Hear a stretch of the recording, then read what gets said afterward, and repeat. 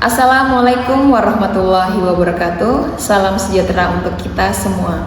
Perkenalkan, saya Tri Indiastuti Kurniasi, SPD MPD, merupakan salah satu dosen tetap Prodi Pendidikan Ekonomi di STKIP PGRI Bandar Lampung. Saat ini saya dalam proses mengikuti sertifikasi dosen gelombang 1 yang diselenggarakan Kemendikti Saintek tahun 2026.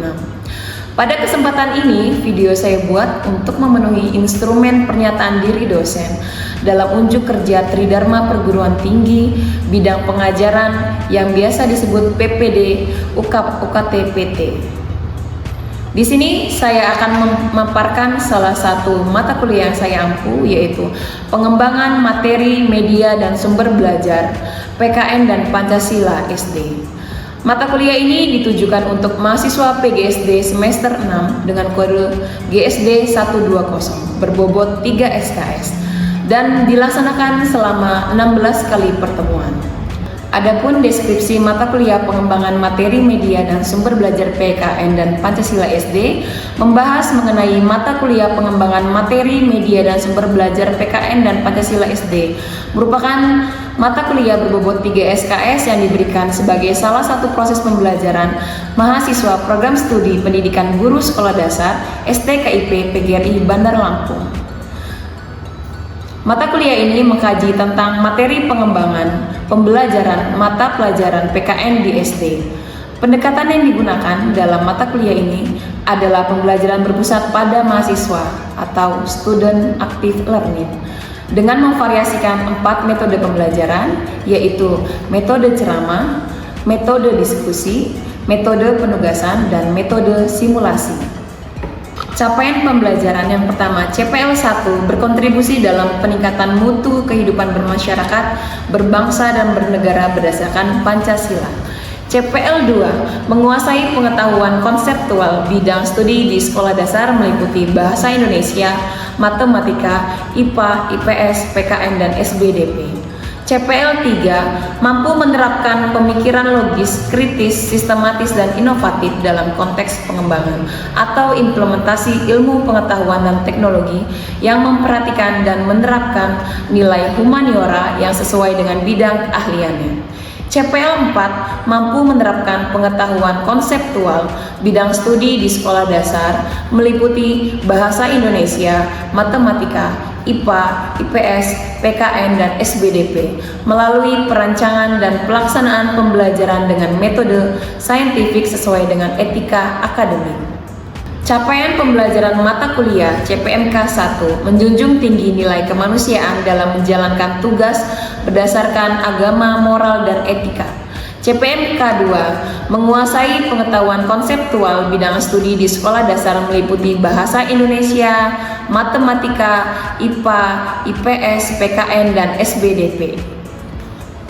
CPMK 3 mampu menerapkan pemikiran logis, kritis, sistematis, dan inovatif dalam konteks pengembangan atau implementasi ilmu pengetahuan dan teknologi yang memperhatikan dan menerapkan nilai humaniora yang sesuai dengan bidang keahliannya. CPMK 4 mampu menerapkan pengetahuan konseptual bidang studi di sekolah dasar meliputi bahasa Indonesia, matematika, IPA, IPS, PKN, SBDP melalui perancangan dan pelaksanaan pembelajaran dengan metode saintifik sesuai dengan etika akademik. Adapun materi perkuliahan pengembangan, yang pertama, hakikat pengembangan model pembelajaran media dan strategi pengembangan pembelajaran PKN SD. Yang kedua, penyusunan silabus dan rencana pelaksanaan pembelajaran serta pengaplikasian dasar mengajar dalam pembelajaran PKN SD. Yang ketiga, pengembangan LKS PKN atau worksheet yang berbasis aktivitas yang mengandung pengalaman belajar yang bermakna. Yang keempat, perancangan program kegiatan siswa di sekolah yang berbasis aktivitas yang mengandung pengalaman belajar yang bermakna guna menciptakan perilaku karakter. Kelima, perancangan sebuah pembelajaran berbasis outdoor PKN SD yang inovatif dan berkarakter. Yang keenam, pengembangan pembelajaran PKN SD kelas rendah, kelas 1, 2, dan 3 melalui pendekatan induktif atau deduktif dan ekspositori.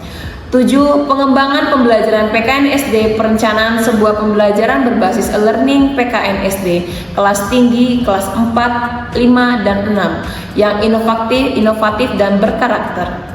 8. Pengembangan model penilaian sekolah dasar, teknik tes dan non-tes, serta aspek kognitif dan non-kognitif. Untuk media pembelajaran yang digunakan pada mata kuliah ini meliputi video pembelajaran, PowerPoint, dan artikel ilmiah.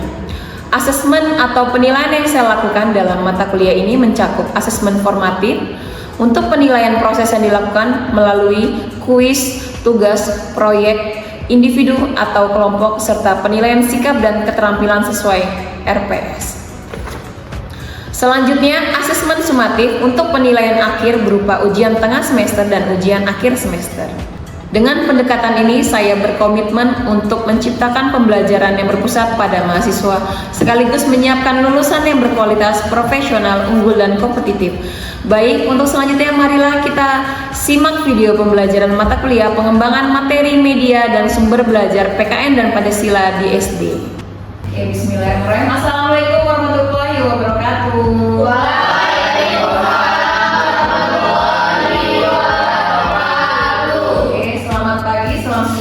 Kita semua pada hari ini kita masuk ke pertemuan kedua mata kuliah pengembangan materi media dan sumber belajar PKN Pancasila sekolah dasar. Baiknya, sebelum kita memulai mata kuliah kita pada hari ini, kita berdoa dulu ya, dipimpin oleh ketua kelas Ica Tanaya. Silakan dipimpin. Baik teman-teman, sebelum kita mulai pembelajaran pada pagi hari ini, lebih baik kita berdoa menurut agama dan kepercayaan masing-masing. Berdoa mulai.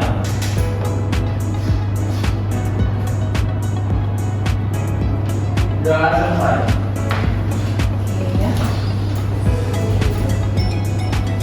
Selanjutnya, Ibu absen terlebih dahulu ya, Nak? Ini kelas 6B ya? Iya. Oke, yang pertama ada Sabina masuk. Ibu. Sabina, Septia. Mada Dwi Fitriani.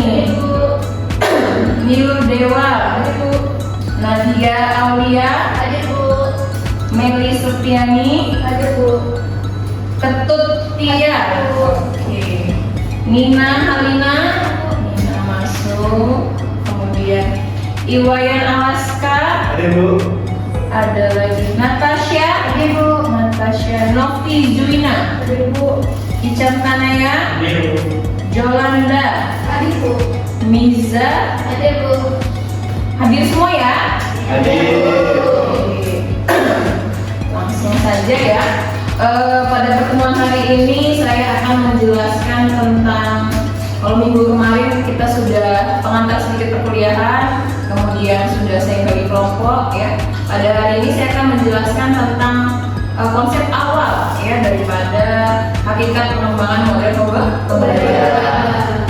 Ya, sebelum kita masuk ke materi ya, ini adik-adik harus mengetahui daripada capaian pembelajaran yang harus kita pahami.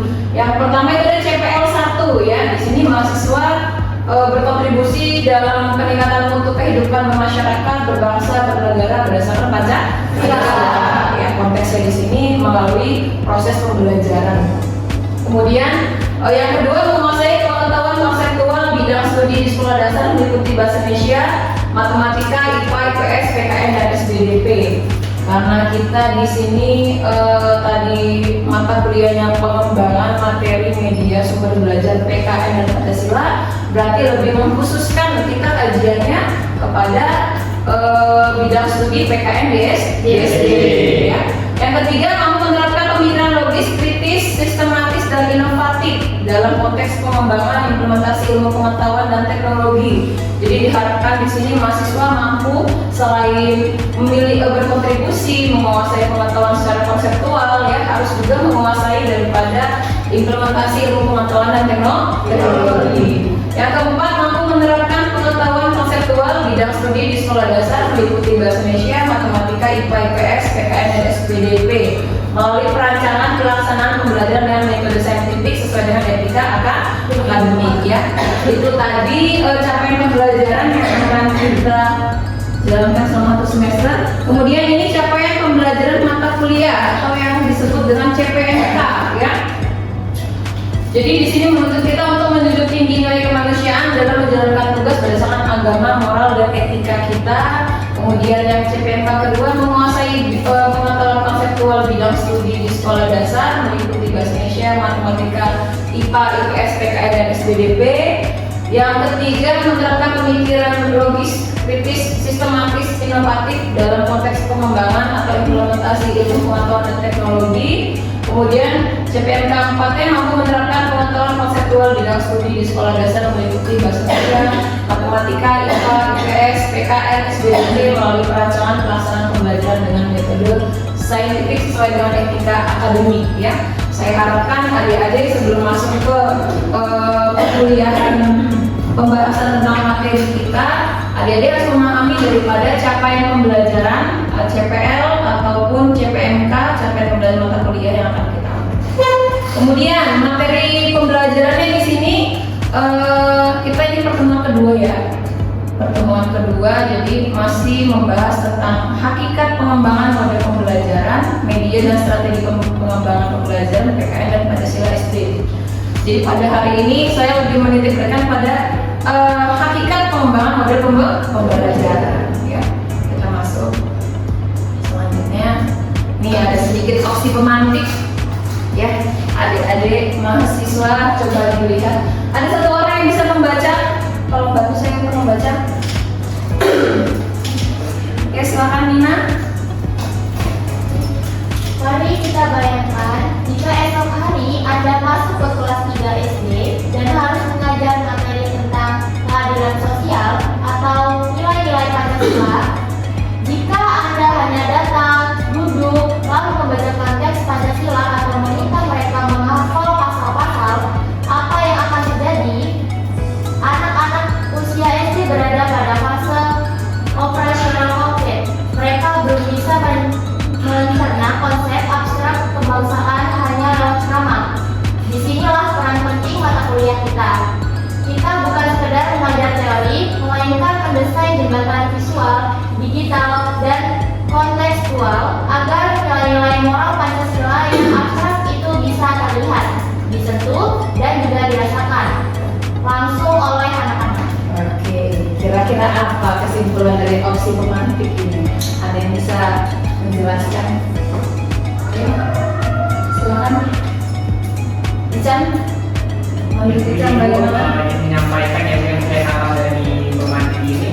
Tadi kan berarti tidak hanya teori, harus ada bidang konkret yang bisa melancarkan pembelajaran di suatu kelas tersebut. Karena kalau hanya teori saja mungkin siswa susah untuk menangkap. Gitu ya? Iya. Jadi harus ada media. Iya, media. Harus ada media, harus ada desain yang dijadikan sebagai jembatan visual, ya. Baik itu berupa materi pembelajaran, media pembelajaran ataupun sumber pembelajaran, ya. Jadi saya ulangi di sini. Coba adik-adik bayangkan, ya, mengajar materi keadilan sosial dan nilai-nilai Pancasila. Hanya duduk, kemudian membaca teks Pancasila, ya kan? Kemudian menghafalkan pasal-pasal, apa yang terjadi, ya kan, ya? Karena harus kita ketahui bahwa anak-anak usia sekolah dasar itu masih pada fase operasional konkret, ya. Di sini mereka belum bisa mencerna segala sesuatu yang bentuknya bersifat abstrak, ya kan, ya. Apalagi kalau lewat ceramah. Mereka lebih memahami ketika kita sebagai seorang pendidik itu menyampaikan, ya, dalam bentuk nyata yang dapat mereka rasakan atau yang dapat mereka lihat atau yang dapat mereka dengar, gitu ya. Jadi di akhirnya disinilah peran penting kita, di mana bukan hanya ketika kita mengajar itu memberikan sebuah teori, ya kan, ya, tapi juga kita sebagai pendidik harus menjembatani dari teori itu supaya tersampaikan dengan baik kepada anak-anak, ya, melalui media visual, media digital, ya, seperti itu kurang lebihnya. Oke, selanjutnya di sini ada 3 pertanyaan taktis, ya, buat adik-adik.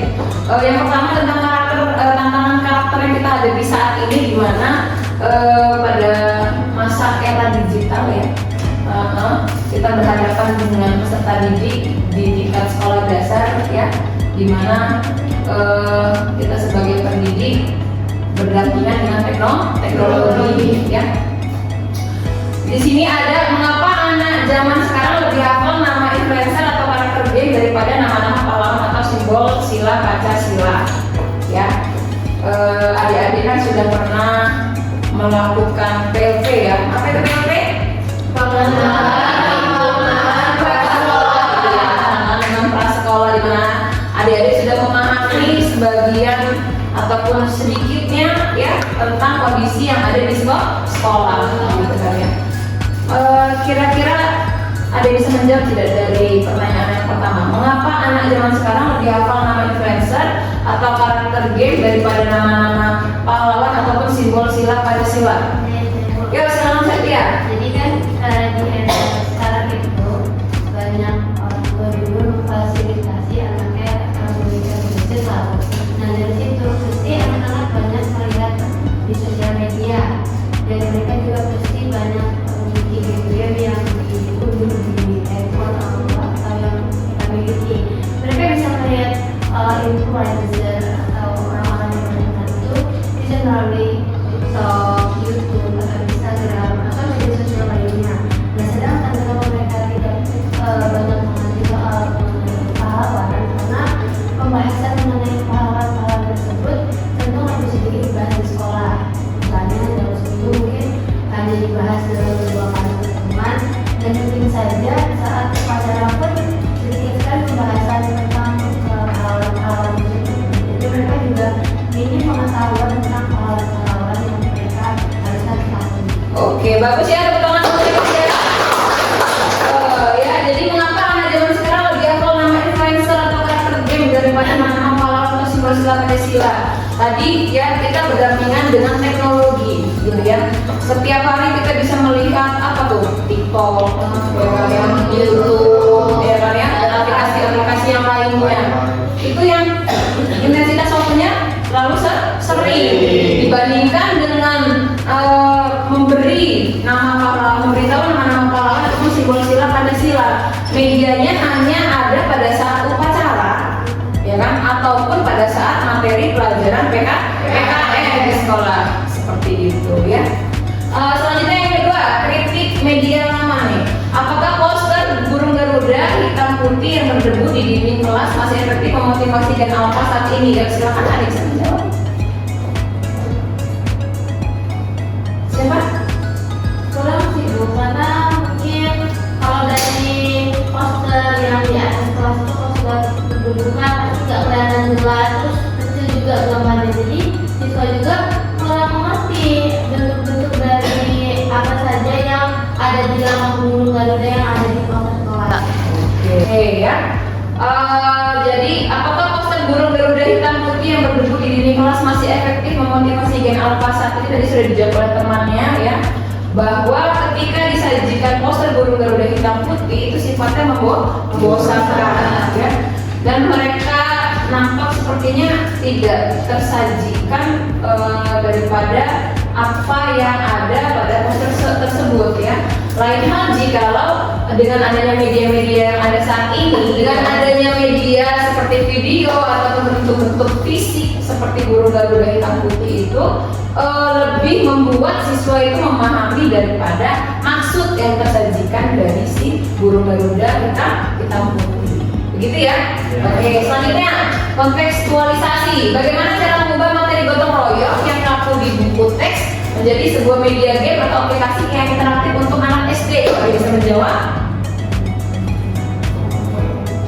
Ayo. Ketut? Ketut bisa? Siapa? Yo, silakan. Mungkin kalau untuk mengubah gotong royong yang teks menjadi sebuah media game atau aplikasi, mungkin kalau untuk anak SD itu biasanya gotong royong membuat kerajinan kayak gitu sih Bu. Gotong royong membuat kerajinan. Kerajinan seperti misal pakaian dari barang-barang yang sudah tidak dipakai seperti kardus, Iya. plastik dan lain-lain seperti itu. Nah, nanti kan mereka membuat media seperti itu atau kerajinan seperti itu kan membutuhkan orang yang banyak, dan misalkan mereka bisa bekerja sama yang nantinya akan menghasilkan suatu produk nanti bisa mereka pamerkan ke luar atau dipresentasikan seperti itu. Oke, pertama buat Alaska. Bagusnya jawabannya ya. Jadi di sini maksudnya dari Alaska itu bisa menggunakan cara mengubah materi gotong royong yang kaku daripada penggunaan buku teks ya, melalui pembuatan sebuah kerajinan, di mana itu bukan hanya membuat produknya saja ya, tetapi ada yang diambil daripada prosesnya itu sendiri, yaitu proses gotong royong ya. Ketika kita membuat sebuah media tema gotong royong secara tidak langsung, kita ikut merasakan bagaimana proses gotong royong itu sendiri. Oke ya, paham sampai sini ya? Oke, kita lanjut ya. Nih ya, selanjutnya ini yang akan saya sampaikan ya. Jadi dari sedikit banyak tidaknya tadi ada oksitomatik, kemudian ada pertanyaan teknis ya. Adik-adik harus memahami bahwa pembelajaran PKN di SD itu ya sebenarnya tidak membosankan ya, tapi semua tergantung kepada kita sebagai pendidik bagaimana caranya menyampaikan supaya peserta didik itu memahami apa yang kita sampaikan seperti itu ya. Oke, selanjutnya di sini kita harus memahami ya daripada apa itu pengembangan ya, pengembangan yang akan kita lakukan nanti pada mata pelajaran PKN dan Pancasila di SD ya. Pengembangan adalah proses cara perbuatan mengembangkan ya, mengembangkan yang seperti apa ya kan ya, yang awalnya tidak ada menjadi ada, yang awalnya ada diinovasikan, dikreasikan kembali gitu ya. Kemudian di sini ada konsep pengembangan ya, rancangan mengembangkan sesuatu yang sudah ada dalam rangka meningkatkan kualitas lebih maju. Harapannya ketika kita membuat sebuah produk pengembangan itu ya, meningkatkan daripada produk yang misalkan kita ambil contoh ya, kita sudah ada menguji sebuah produk ya, mengembangkan produk tersebut. Jadi yang awalnya mungkin penggunaan produk tersebut tidak terlampau tersampaikan kepada peserta didik, ketika kita kembangkan ya, ketika kita kembangkan otomatis secara tidak langsung akan meningkatkan kualitas daripada produk itu sendiri seperti itu. Oke, selanjutnya di sini ada ya, ini yang kita pergunakan pengembangan ADI ya. Ini salah satu model desain sistem pembelajaran yang dimana menurut saya itu mudah untuk dilaksanakan, tahapannya tidak terlampau panjang ya. Ada siklusnya. Di sini yang pertama ada analisis ya, analisis di sini kita sambil dilihat ya. Analisis kebutuhan, kemudian ada analisis daripada karakteristik siswa ya, karena setiap siswa itu dia memiliki karakter yang beda-beda. Jadi dalam kita membuat sebuah media, membuat sebuah sumber belajar atau menyampaikan sebuah materi pembelajaran, itu harus mengukur juga karakteristik siswanya. Kemudian analisis materi, kemudian juga ada analisis sumber daya.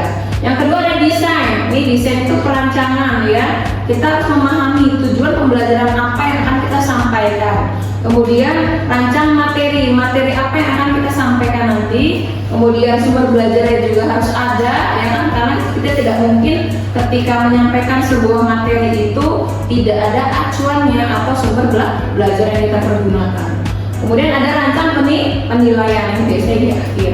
Kemudian development atau pengembangan ya, di sini membuat materi ya. Kemudian juga media ya, ada juga sumber belajar, baru nanti di akhirnya ada validasi ya. Ada implementasi yang keempat, ini ada simulasikan RPP. Jadi adik-adik di sini harus memahami cara membuat kemudian isi daripada RPP itu sendiri.